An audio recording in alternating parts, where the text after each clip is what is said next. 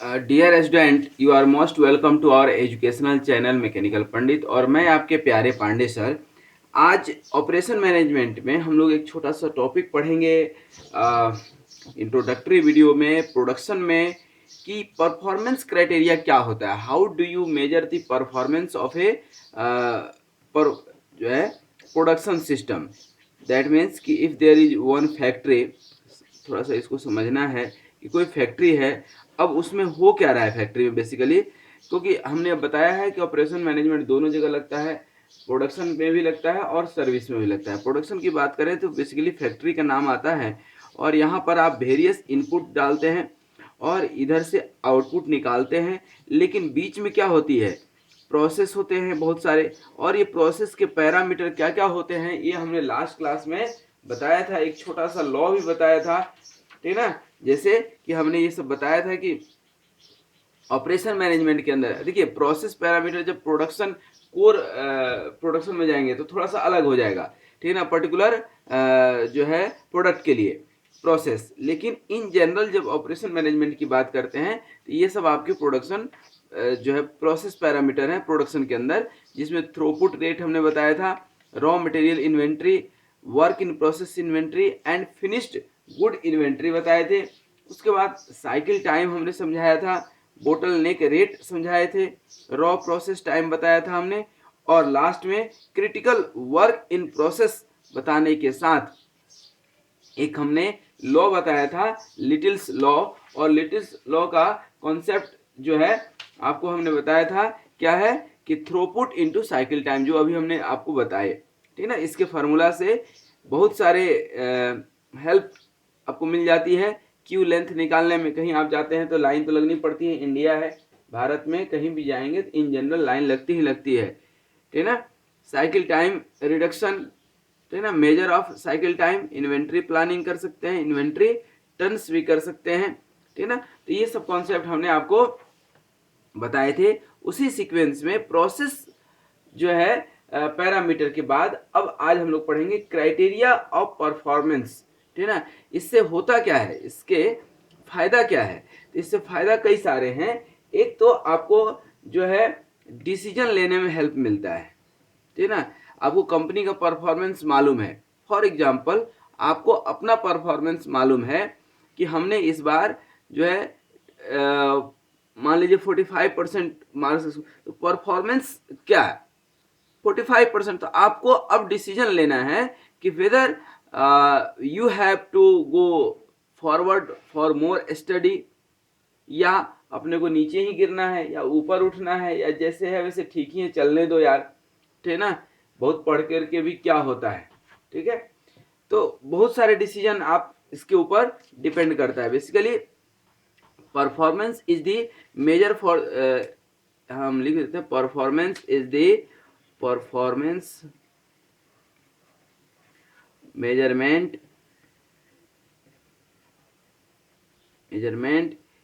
Is the key to success, ठीक है ना। परफॉर्मेंस अपना मेजर करना बहुत जरूरी है, अदरवाइज सक्सेस जो है कैसे आप करेंगे, ठीक है ना। बहुत इंपॉर्टेंट वीडियो है, ध्यान दीजिएगा, ये जो है ना बहुत इंपॉर्टेंट वीडियो है, बहुत सारे जो है ना इसमें पॉइंट हम कवर करने वाले हैं। तो performance measurement is the key to success. तो इससे फायदा क्या हुआ था आपको, पहले फायदा हुआ था कि आप डिसीजन जो है एनालिसिस कर पाते हैं, कि डिसीजन ले पाते हैं आप, ठीक है ना। दूसरा इसमें जो है फायदा ये रहता है कि you can make the strategy, ठीक है ना। कि अब हमारा जैसे मान लीजिए कि कहीं हमें सफलता नहीं मिली, ठीक है ना, तो अब क्या हम स्ट्रेटेजी अपनाएं जिससे कि हम आगे इम्प्रूव कर पाएं, ठीक है ना। कॉम्पिटिटिव एग्जाम दे रहे हैं हम, जो है लीड नहीं कर पाए या क्रैक नहीं कर पाए, तो what should be our next strategy, ठीक है ना। तो ये दो सबसे इम्पोर्टेंट जो है हमने आपको जैसा कि यहाँ पर लिखा है, एक तो डिसीजन एनालिसिस और दूसरा स्ट्रेटेजी। यहाँ पर यदि बात करेंगे तो बिजनेस स्ट्रेटेजी की बात आएगी, ठीक है ना, पहला चीज। तो ये जो है परफॉर्मेंस मेजरमेंट। अच्छा एक चीज और, मैं बहुत अच्छा पॉइंट है मेरे दिमाग में, मैं लिखना चाहूंगा कि what you can not measure, if you can not measure, यदि आप मेजर नहीं कर सकते हैं अपने परफॉर्मेंस को, if you can not measure you can not improve. यदि आपके पास कोई मेजरमेंट की एनालिसिस नहीं है, ठीक है ना, यही तो होता है। बहुत बच्चे मिलते हैं हमें, बहुत स्टूडेंट्स मिलते हैं, बोलते हैं कि सर हम तो 8 घंटा 10 घंटा पढ़ते हैं, पता नहीं फिर भी रिजल्ट अच्छा नहीं आता। That means you are lacking here. What you study, you don't measure yourself, you don't analyse yourself. उस स्टडी के मायने क्या है। गांव में तो ये हाल है कि पढ़ने का मतलब क्या है जब आपको नौकरी नहीं लगी। दैट मीन्स कि job is necessary, job is compulsory, job चाहिए अपने को। जॉब यदि चाहिए तो उसके लिए तो मेहनत करने पड़ेंगे, अपने को मेजर करना पड़ेगा। अरे बात समझ में। तो यहाँ तक आई थिंक कि कोई डाउट नहीं होगी, ठीक है ना, और होना भी नहीं चाहिए डाउट। डाउट वाले यहाँ कोई ऑप्शन नहीं है आपके पास, ठीक है। तो आई थिंक यहाँ पर कोई जो है डाउट नहीं है, तो आगे बढ़े, ठीक है।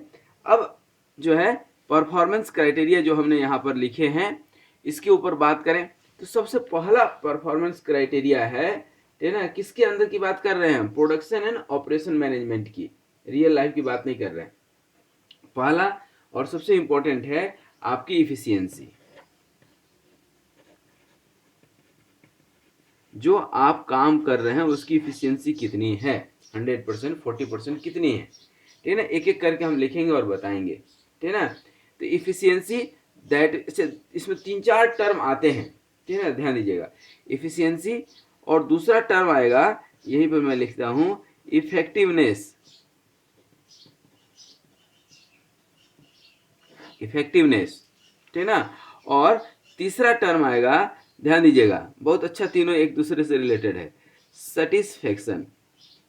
यहां पर बात करेंगे सेटिस्फेक्शन मतलब कस्टमर सेटिस्फेक्शन की। अब देखिए तीनों इंटर रिलेटेड है, इसलिए मैं एक जगह समझाना चाहूंगा।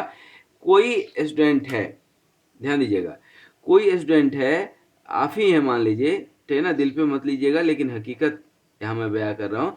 यहाँ जो है आप 4 घंटा पढ़ते हैं, ठीक है ना, 4 घंटा पढ़ते हैं और आउटपुट जो है आपको एग्जाम में उतना ही मिलता है। कोई बच्चा 1 घंटा पढ़ता है, ठीक है ना, 1 घंटे से ज़्यादा बैठ ही नहीं पाता है, लेकिन वह स्कोर कर लेता है, मान लीजिए 60%, आप करते हैं 50%। तो इफिशियंसी बैठने की आपकी ज़्यादा है, ठीक है ना, लेकिन पढ़ने की इफिशियंसी कम है, और इसकी बैठने की इफिशियंसी भले कम है, लेकिन पढ़ाई की कंसंट्रेशन की इफेक्टिवनेस ज़्यादा है। और इसको अच्छे से समझ लीजिए, कोई मशीन है, कोई मशीन है, 1 घंटे में, 2 मशीन है, मशीन नंबर 1 और मशीन नंबर 2, इसको समझा ही रहे।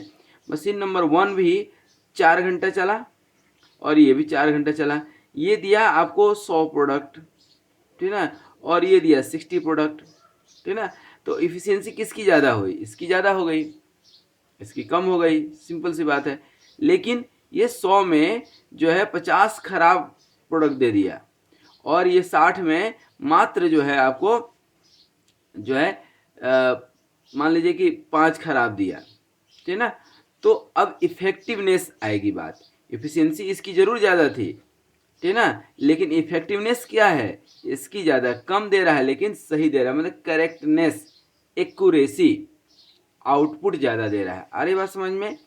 जैसे कोई लेबर आपके यहाँ काम करने आता है, वह 8 घंटा काम किया, ठीक है ना, 8 घंटा काम किया और उसने प्रोडक्शन दिया आपको 100, तो अच्छी बात है, 100% इफिशियंसी है। लेकिन जो 100 आउटपुट दिया उसमें 50 खराब है, तो इफिशियंसी उसकी तो अच्छी थी काम करने की, लेकिन इफेक्टिवनेस मतलब स्किल उसके पास कम था, ठीक है ना, एक्यूरेसी उसके प्रोडक्ट में कम है। तो इस तरह से आप इफिशियंसी और इफेक्टिवनेस समझ सकते हैं। मतलब efficiency basically utilisation of resources है। ये क्या है efficiency, utilisation of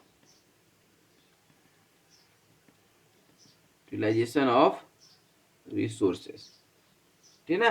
that means कि जो भी ऑर्गेनाइजेशन है, पब्लिक सेक्टर हो कि प्राइवेट सेक्टर हो, कि आप अपने घर में काम करा रहे हो, ठीक है ना, या जो भी हो, प्रॉफिट शेयरिंग हो, नॉन प्रॉफिट हो, ठीक है ना, it needs to be efficient. सबसे पहले तो उसका मैक्सिमम यूटिलाइजेशन हो, ठीक है ना। जितना पहले तो वो 8 घंटा 10 घंटा 12 घंटा काम करे, पहला ये चीज हो जाता है।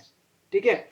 इफेक्टिवनेस क्या है, ठीक है ना। इफेक्टिवनेस जो है बेसिकली सिर्फ आउटपुट और सिर्फ यूटिलाइजेशन पर डिपेंड नहीं करता है, but it depends on optimal optimality in the fulfilment of objective, ठीक है ना। Fulfilment of objective.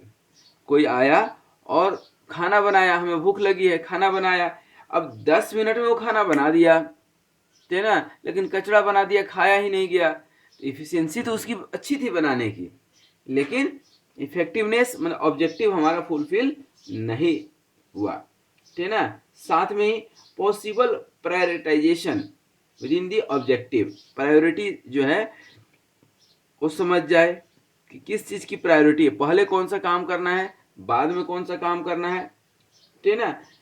अब इफेक्टिवनेस जो है यहाँ पर दो तरीके से हो सकता है, शॉर्ट टर्म लॉन्ग टर्म, ठीक है ना। अब जैसे मार्केट से सामान खरीदना है, आपको अर्जेंट है, ठीक है ना, तो आप कीमत नहीं देखेंगे, प्यास बहुत ज्यादा लगी हो तो आप कीमत नहीं देखेंगे, ठीक है ना, क्योंकि भैया पहले पानी पीने दो। अब जो है आपके जो है प्यास नहीं लगी है, तो आप क्या करेंगे, वहाँ बार्गेनिंग करेंगे आप कि नहीं भैया 20 का मत दो, 15 का दो, ठीक है ना। तो दैट यू हैव टू सी। तो सॉल्यूशन जो होना चाहिए that should be effective solution. प्याज से कोई मर रहा है और जा करके सामने वाला बार्गेनिंग कर रहा है कि नहीं 15 का दे दो, 10 का दे दो, मैं कहीं और से खरीद लूंगा, मालूम चला कहीं और मिला ही नहीं। कई बार ऐसा भी होता है, एक दुकान छोड़ दिए दूसरी दुकान पे मिला ही नहीं। तो आपको सिचुएशन देखना चाहिए, ठीक है ना। तो दैट इज द इफेक्टिवनेस, ठीक है ना। फ्यूचर पर्सपेक्टिव को देख करके भी काम करते आना चाहिए, फ्यूचर पर्सपेक्टिव, ठीक है ना, किस चीज की जो है इंपॉर्टेंस बढ़ने वाली है, ठीक है ना। उसके बाद बात आती है सेटिस्फेक्शन, जब इफिशियंसी भी हो इफेक्टिवनेस भी हो। तीसरा चीज है कि सेटिस्फेक्शन, ठीक है ना। आप खूब काम भी किए इफेक्टिव, लेकिन कस्टमर को एर्गोनॉमिकली पसंद नहीं आया, वो सेटिस्फाई नहीं हुआ, ठीक है ना। आप काम बहुत अच्छा किए, खूब मेहनत किए, लेकिन कस्टमर जो चाहता था वो नहीं किए। आ रही बात समझ में। तो इसके लिए जो है सेटिस्फेक्शन किस में होता है, फ्लेक्सिबिलिटी एंड एडेप्टेबिलिटी, मतलब कस्टमर के हिसाब से जो है आपको फ्लेक्सिबल होना है। किसको, प्रोडक्शन सिस्टम की बात कर रहे हैं, ठीक है ना। रिक्वायर्ड ऑब्जेक्टिव जो है उसकी फुलफिल होनी चाहिए, जो भी रिक्वायर्ड ऑब्जेक्टिव है वो भी क्या होनी चाहिए, फुलफिल होनी चाहिए, ठीक है ना। तो इफिशियंसी भी हो, इफेक्टिवनेस भी हो, मतलब एक्यूरेसी भी हो, और कस्टमर सेटिस्फाइड भी हो। तो फाइनली अल्टीमेट जो गोल है आपका प्रोडक्शन सिस्टम का, ऑपरेशन मैनेजमेंट सिस्टम का, ठीक है ना, जिसका कि टारगेट ही कस्टमर है, ठीक है ना। तो उससे क्या होगा कि आपके चारों तरफ बल्ले बल्ले हो गए, ठीक है ना। इफिशियंसी भी अच्छी मिल गई, ठीक है ना। ऑर्गेनाइजेशन की भी जो है हैप्पी सैप्पी इन्वायरमेंट रहेगा, कस्टमर भी खुश रहेगा, ठीक है ना। प्रोडक्ट की बिक्री भी आपकी ज़्यादा होगी, ठीक है ना। यदि कुल मिलाकर के सेटिस्फेक्शन नहीं है, कस्टमर खुश नहीं है, कस्टमर आपका प्रोडक्ट नहीं खरीद रहा है, सेटिस्फाइड नहीं है, तो it is totally useless whether how much you are efficient and effective. सब जो है कहानी, ठीक है ना, धरी की धरी रह जाती है यदि कस्टमर सेटिस्फाइड नहीं है, ठीक है ना। इसके अलावा कुछ और आप देख लीजिए कि इसमें जो है परफॉर्मेंस क्राइटेरिया क्या है। आज के डेट में यदि हम बात करें, ये कितने हो गए थे, 3 आपको हमने अभी बताए, ठीक है ना। अब चौथा की बात कर रहे हैं हम लोग। तो फोर्थ में आप देखें तो आजकल टेक्नोलॉजी सबसे जो है इम्पोर्टेंट रोल प्ले कर रही है, हर चीज में लगभग टेक्नोलॉजी जो है, ठीक है ना। टेक्नोलॉजी सिलेक्शन, ठीक है ना। तो टेक्नोलॉजी जो है आपकी कितनी दुरुस्त है, ठीक है ना। टेक्नोलॉजी कैसे दुरुस्त होगी कि whatever the process you are going to adopt to manufacture the product, ठीक है ना, that should be far better, ठीक है ना। तो प्रोसेस सिलेक्शन अब आजकल जो है मैनुअल भी कोई चीज़ बना सकते हैं, मशीन से भी बना सकते हैं। ऑब्वियसली मशीन से बनाई हुई चीज़ें जो है एक्यूरेट होती है, लोग पसंद करते हैं, पहला चीज़। दूसरा, इर्गोनॉमिक्स, देखने में जो भी प्रोडक्ट ले रहे हैं वो product should be comfortable. Chair हम बना रहे हैं वो बैठने में कंफर्टेबल ही नहीं है, देखने में बहुत अच्छा है, ठीक है ना, तो वो भी नहीं होना चाहिए। या बैठने में बहुत अच्छा है, ठीक है ना, लेकिन देखने में अच्छा नहीं है, तो ये दोनों का कॉम्बिनेशन होना चाहिए, एर्गोनॉमिक्स एंड एस्थेटिक्स, ठीक है ना। इन सबको ध्यान में रखते हुए फिर आजकल टेक्नोलॉजी का यूज करते हैं हम लोग किसमें, मैनेजमेंट को डिसीजन ऑफ द मैनेजमेंट को कोई डिसीजन लेना है, मतलब मालिक, यहाँ समझिए डिसीजन टू मैनेज, उसमें भी टेक्नोलॉजी हेल्प करता है, ठीक है ना। कस्टमर फीडबैक दे रहा है ऐप के थ्रू, वेबसाइट के थ्रू, ठीक है ना। There is expert choice. कई बार डिसीजन लेने में द्वंद्व की स्थिति बन जाती है कि ये करें ना करें, ठीक है ना, क्या करें क्या नहीं करें, ऐसे करें वैसे करें, ठीक है ना।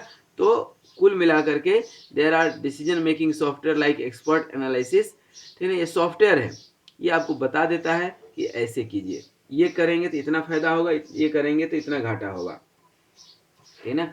तो whatever you have the problem related to technology that you can address with the help of this decision making.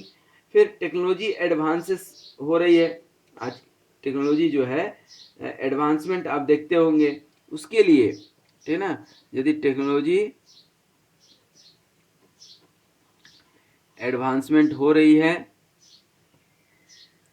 तो आपको उसके लिए क्या होना पड़ेगा, प्रिपेयर होना पड़ेगा। किसको, ऑर्गेनाइजेशन को, ठीक है ना। माइक्रो इकोनॉमिक जो है आपको एक पर्सपेक्टिव लेकर के चलना पड़ेगा कि इसमें पैसे भी तो खर्च होंगे टेक्नोलॉजी को एक्सेप्ट करने में, ठीक है ना। आपकी जो है मशीनरी जो है ऑटोमेटिक आजकल आ रही है, ठीक है ना। पहले दरवाजे खिड़की लकड़ी के बनते थे और कई कई दिन लगते थे बनने में, आज मिनट घंटा की भी बात नहीं मैं कर रहा हूँ, मिनट में बन जाते हैं और एक से एक डिजाइन बन जाते हैं, ओनली बिकॉज ऑफ टेक्नोलॉजी, ठीक है। उसके बाद टेक्नोलॉजी सिलेक्शन के बाद आपका एक टर्म आता है कैपेसिटी मैनेजमेंट। आजकल विस्तारवादी जो है नीति अपनाई जा रही है, ठीक है ना। हर आदमी आगे बढ़ना चाहता है, हर कंपनी अपना विस्तार कर रही है, ठीक है ना। तो capacity management is very important parameter for achieving the organisation objective of efficiency. तो जो आपके पास इसमें तीन चार चीज़ है कि जो आपके पास रिसोर्स है, जो चीज़ है आपके पास, ठीक है ना, उसका फुल यूटिलाइजेशन कीजिए। क्या होता है, जो नहीं है नहीं है गम, जो है वो नहीं है कम, जो नहीं है नहीं है ख्वाब, जो है वो है लाजवाब, ठीक है। तो व्यक्ति जो नहीं है उसके लिए जो है प्रयास करते रहता है, जो है उसका यूटिलाइजेशन नहीं करता है, ठीक है ना। तो जो भी आपके पास है उसका फुल यूटिलाइजेशन कीजिए इंडस्ट्री के अंदर, ठीक है ना। According to keeping the mind की जो है ऑब्जेक्टिव क्या है आपकी, ठीक है ना, ठीक है ना। कस्टमर सेटिस्फेक्शन, ओवरऑल इफेक्टिवनेस, ठीक है ना। कैपेसिटी जो मशीन की है, मशीन का मैक्सिमम यूटिलाइजेशन हो पाए, ठीक है ना। फिर बेटर तरीके से जो है यूटिलाइजेशन हो पाए, और साथ में ही जरूरत पड़े तो हम लोग नई मशीनरी को खरीद पाएँ, ठीक है ना।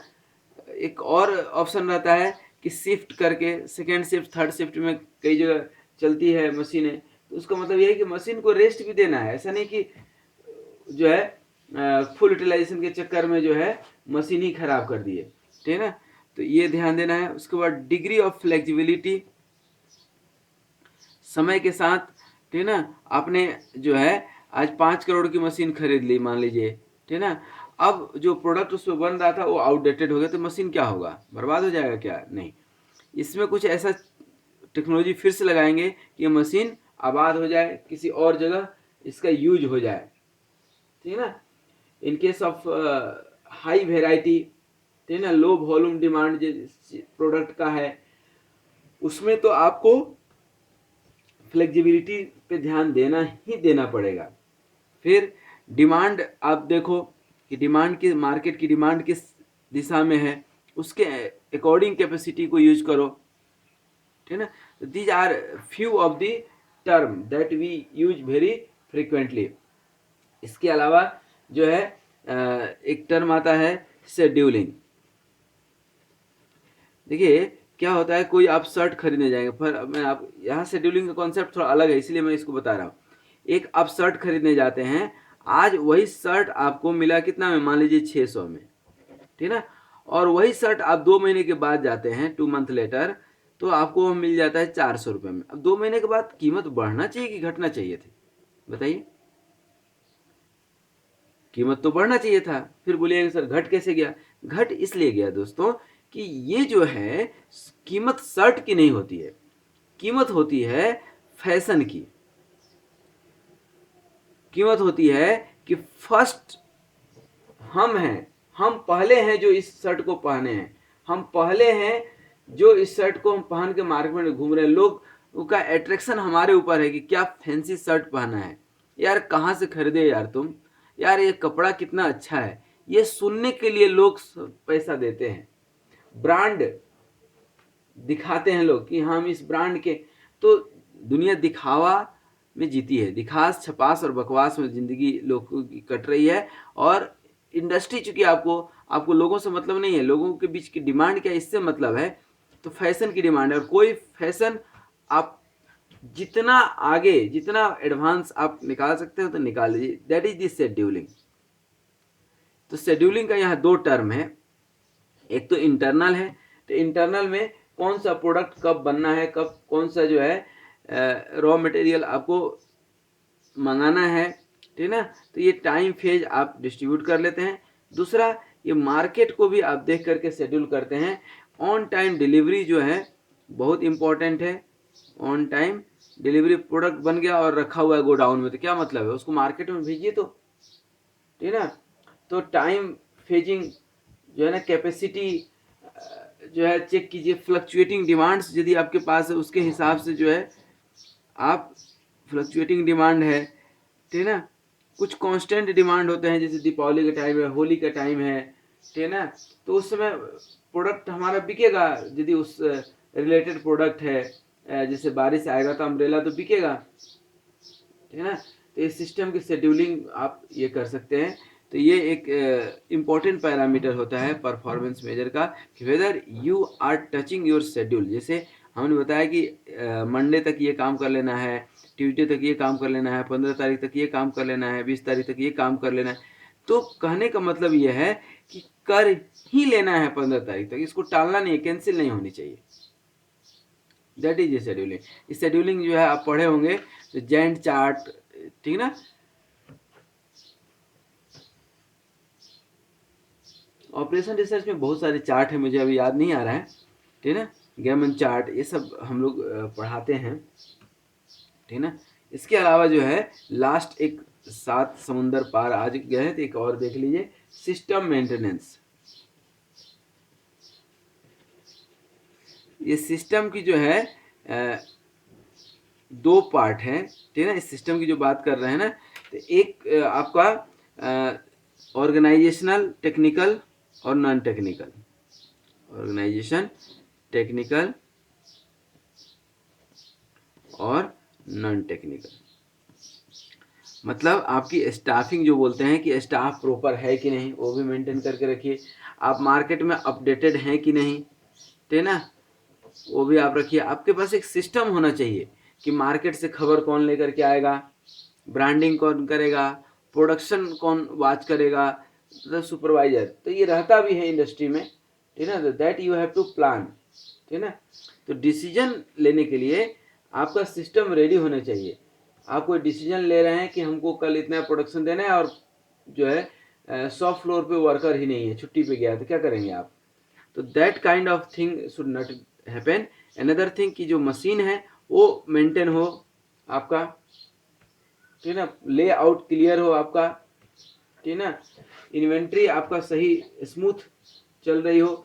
दैट मीन्स कि overall condition should be maintained very much normal and desired output can be produced with the help of this system maintenance, जो है टू मेंटेन विजिलेंस, मतलब कि एक विजिलेंस मतलब क्या बोले आपको, निरीक्षण, हर पल आपको एक निरीक्षण करना पड़ेगा, है ना, जिससे कि सिस्टम का पूरा मेंटेन रहेगा। तो बाकी के जो पैरामीटर्स हैं, चाहे वो टेक्नोलॉजी हो, चाहे कैपेसिटी हो, चाहे शेड्यूलिंग हो, है ना, वो सब अच्छे से काम करेगा। दैट मीन्स कि proper selection and management procedure would give rise to less problem. कम से कम प्रॉब्लम क्रिएट हो, या ना क्रिएट हो तो और अच्छी बात है, लेकिन प्रॉब्लम तो क्रिएट होती है। प्रॉब्लम तो खून में बसा हुआ है हम लोग भारत के लोगों के, तो प्रॉब्लम तो थोड़ी बहुत होगी, लेकिन कम से कम हो, हम ये जरूर कोशिश कर सकते हैं। तो ये क्या था हमारा परफॉर्मेंस क्राइटेरिया, हमने 6-7 बताया, और भी बहुत सारे क्राइटेरिया हैं, but exam point of view से, नॉलेज पॉइंट ऑफ व्यू से, एंड ए ब्रॉड टॉपिक जैसा कि हमने आपको समझाया कि इसको आप समझ सकते हैं कि ये परफॉर्मेंस क्राइटेरिया क्या होता है। तो ये हमने बताया कि performance measurement is very important, and how do we measure the performance, that is different parameter.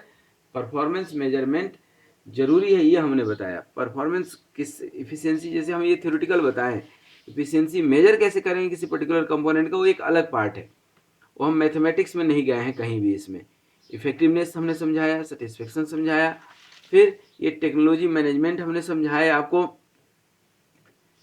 ठीक है ना, जिसमें कि process selection, decision to management, ये सब बताया आपको। और कैपेसिटी मैनेजमेंट हमने बताया कि जो भी आपके पास रिसोर्सेस है उसका फुल यूटिलाइजेशन आप कैसे करते हैं।